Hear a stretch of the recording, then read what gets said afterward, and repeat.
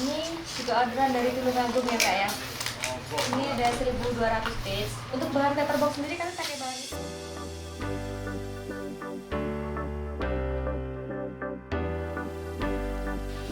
Assalamualaikum. Waalaikumsalam.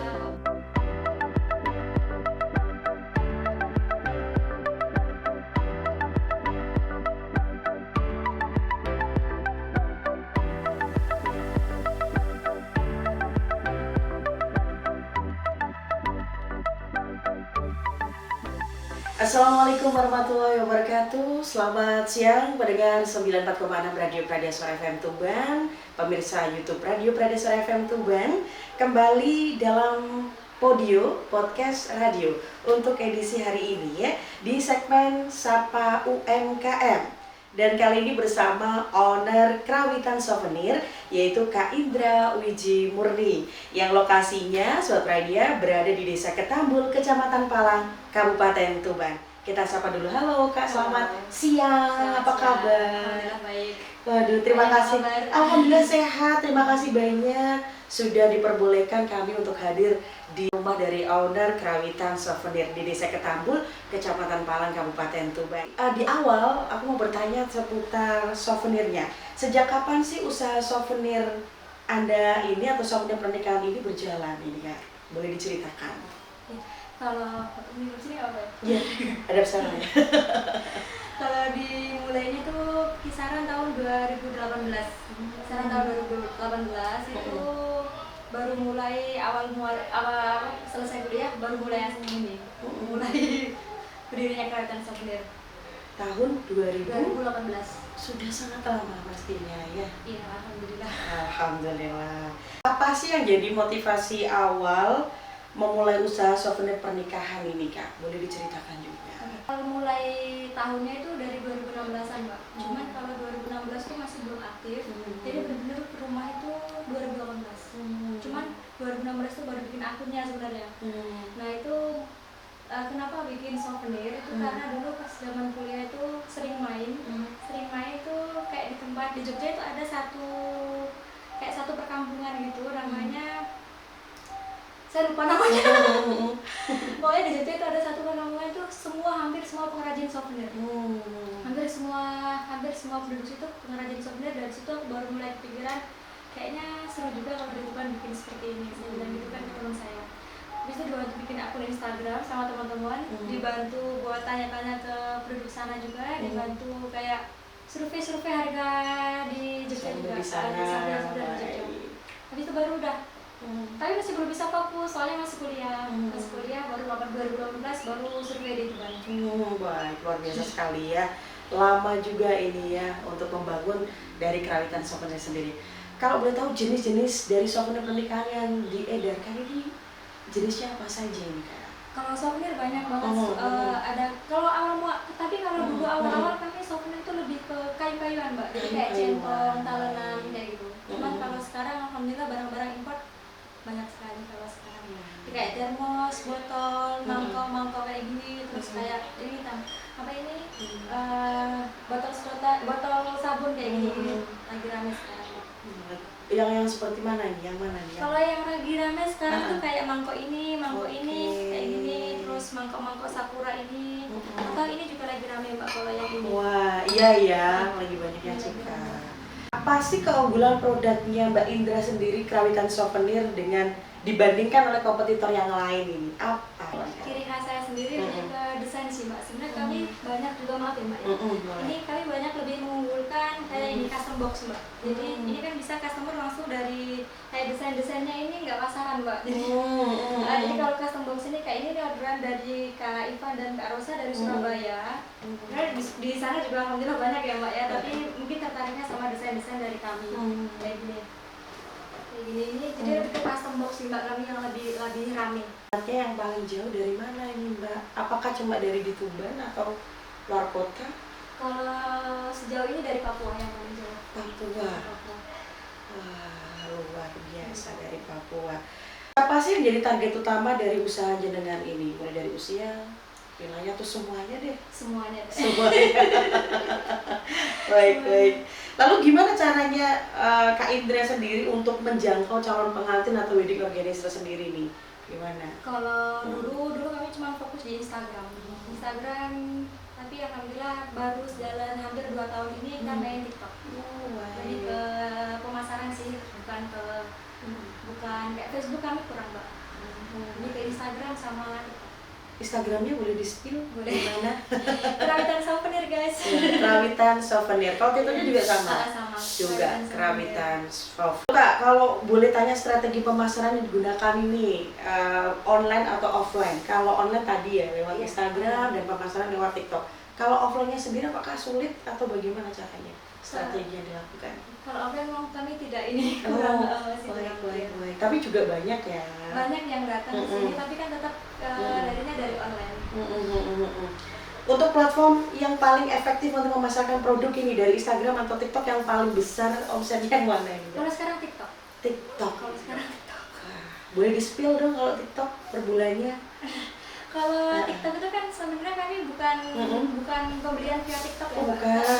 Jadi TikTok ataupun Instagram itu cuma buat pemasaran aja. Kalau orderannya langsung via WA. Kalau yang pembelian via online. Baik.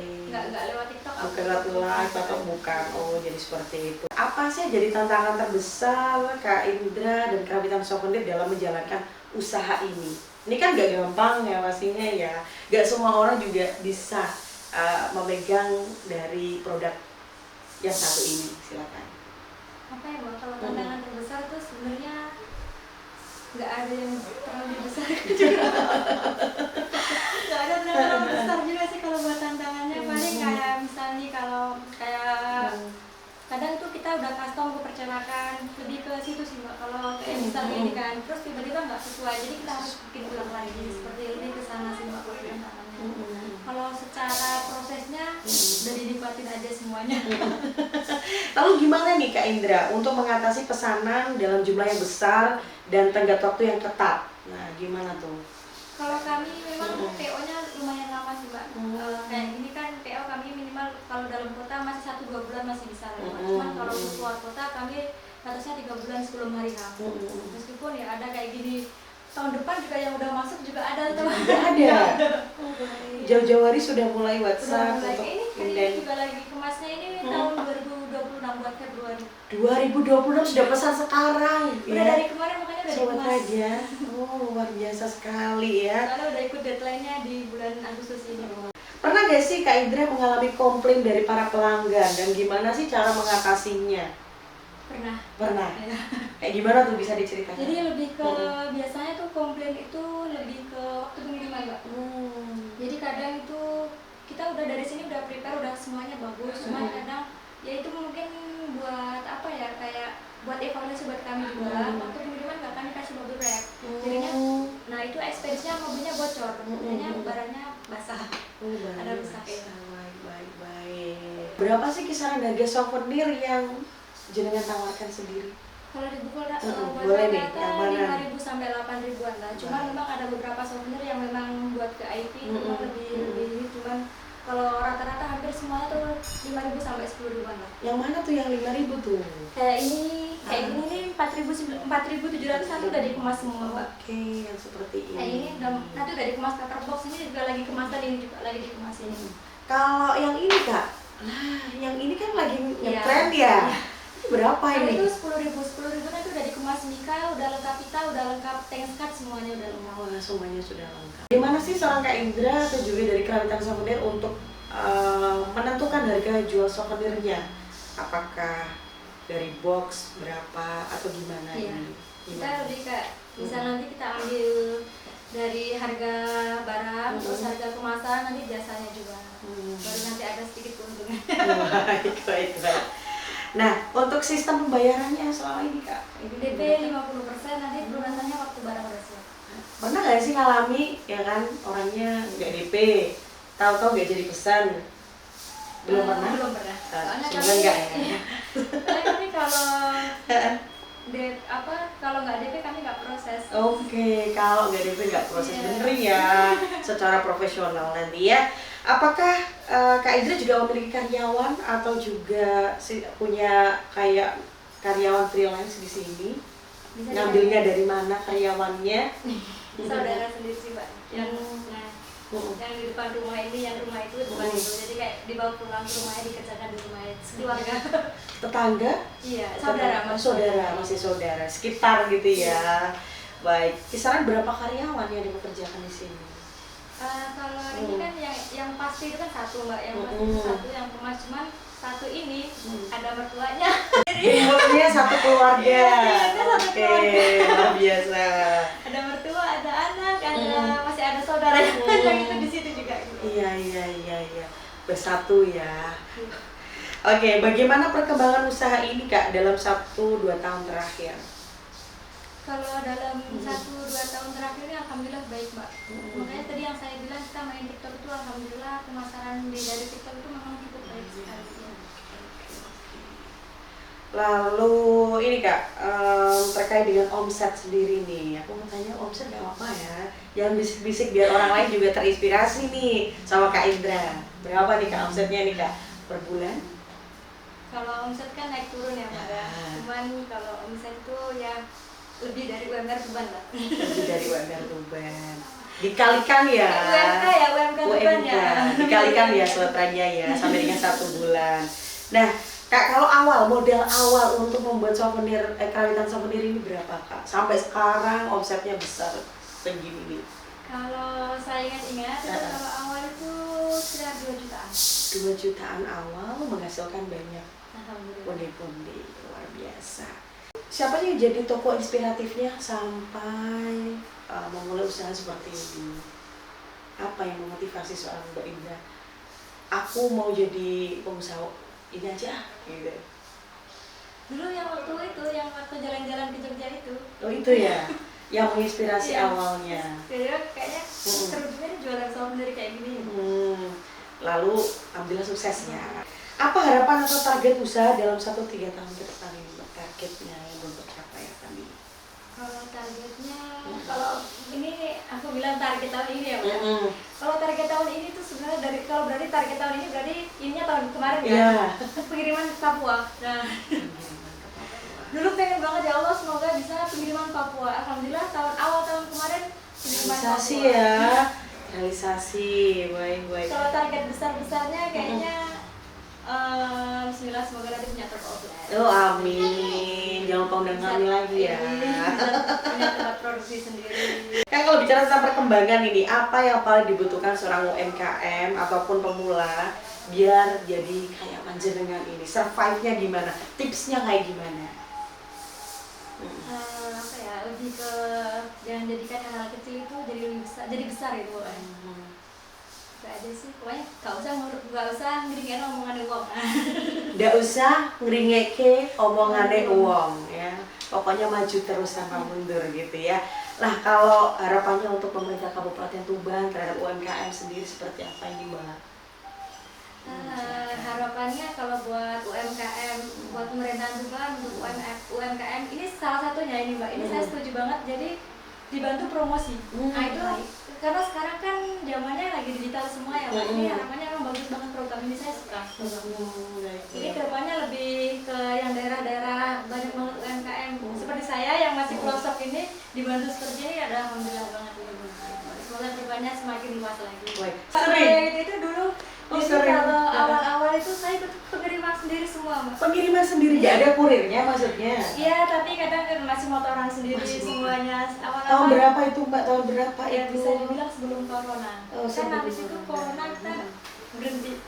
Sempat mengalami hiatus dulu ya. Jadi dulu nih Sobat Pradia, Mbak Indra ini pernah mengalami lika-liku di awal memulai UMKM-nya dengan cara mengkurirnya sendiri, mengantarkan paketannya sendiri untuk para pelanggan souvenir gitu ya.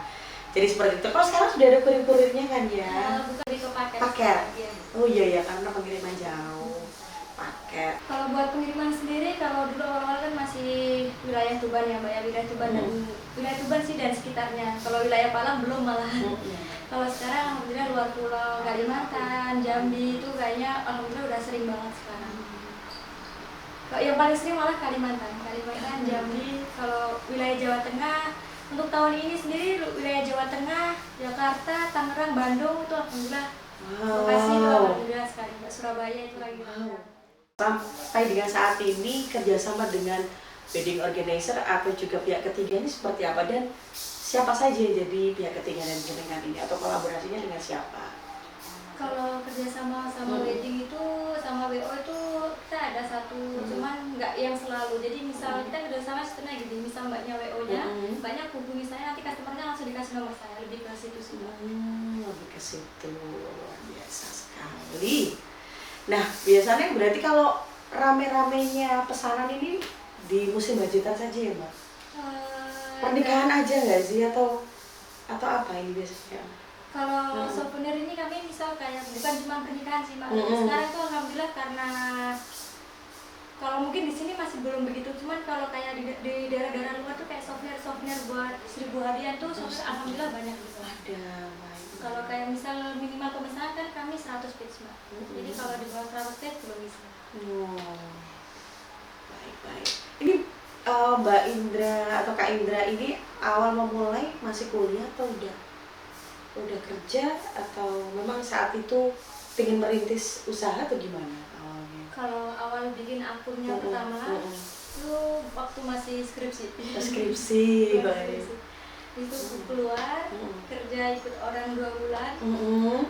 Dan souvenir ini jalan sama mbakku, sering bukan cuma sendiri ya Mbak, sama saudara, cuman Mbak juga fokusnya ngajar. Terus saya juga ikut kerja di luar, kayaknya harus salah satu, toh saya juga baru kan kerjanya, jadi saya yang keluar, saya yang fokusnya. Nah, kata-kata untuk para pemuda yang ingin merintis karir ini Mbak, kata-kata hari ini yang bisa memotivasi barangkali. Apa ya Mbak ya? Apa ya? Yuk cari kerjaan sendiri atau gimana? Lari aja.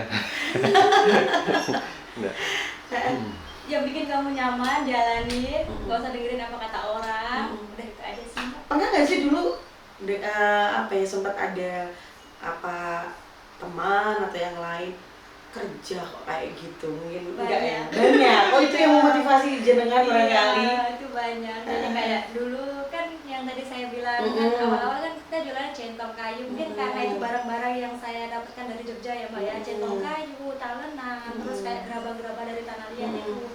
Jadi waktu pulang kuliah itu kata-kata yang masih saya ingat sampai sekarang. Apa tuh? Jadi kayak kuliah dado udah entong. Itu menghasilkan ya Bu ya. Tapi sekarang alhamdulillah udah jual gelas, jual botol, bukan cuma centong ya Mbak ya. Menghasilkan ya. Alhamdulillah sekarang udah ada botol, udah ada mangkok, bukan cuma centong. Kak Indra, ini kan dalam UMKM Kabupaten Tuban biasanya ada tuh pelatihan-pelatihan dari komunitas UMKM. Apakah Kak Indra sendiri selaku owner Kerawitan Souvenir sudah ikut serta di dalamnya, dalam komunitasnya, atau bagaimana? Silakan. Belum pernah ikut apapun. Kenapa kok nggak ikut di dalamnya? Jadi nyamannya masih aktifnya di sosial media aja. Kalau buat ketemu orang, terus ikut pameran-pameran masih belum pede. Baik. Kedepannya akan pede ya, semoga. Jadi Sobat Pradia, ini yang dinamakan kekuatan media sosial atau digitalisasi dalam pemasaran. Keren banget. Oke Sobat Pradia, itu tadi Podium Podcast Radio segmen Sapa UMKM edisi hari ini. Dan kami ucapkan terima kasih banyak untuk owner dari Kerawitan Souvenir dari Desa Ketambul, Kecamatan Palang, Kabupaten Tuban. Terima kasih Kak Indra. Semoga esok kalau udah launching kita diundang kembali ya. Semoga usahanya makin sukses, makin lancar. Coba dapat jodoh pastinya. Cantik banget ya. Dan semoga semakin banyak diterima oleh masyarakat Kabupaten Tuban dan juga sekitarnya. Dan tentunya saya juga sebagai host mohon undur diri. Sampai jumpa. Wassalamualaikum warahmatullahi wabarakatuh.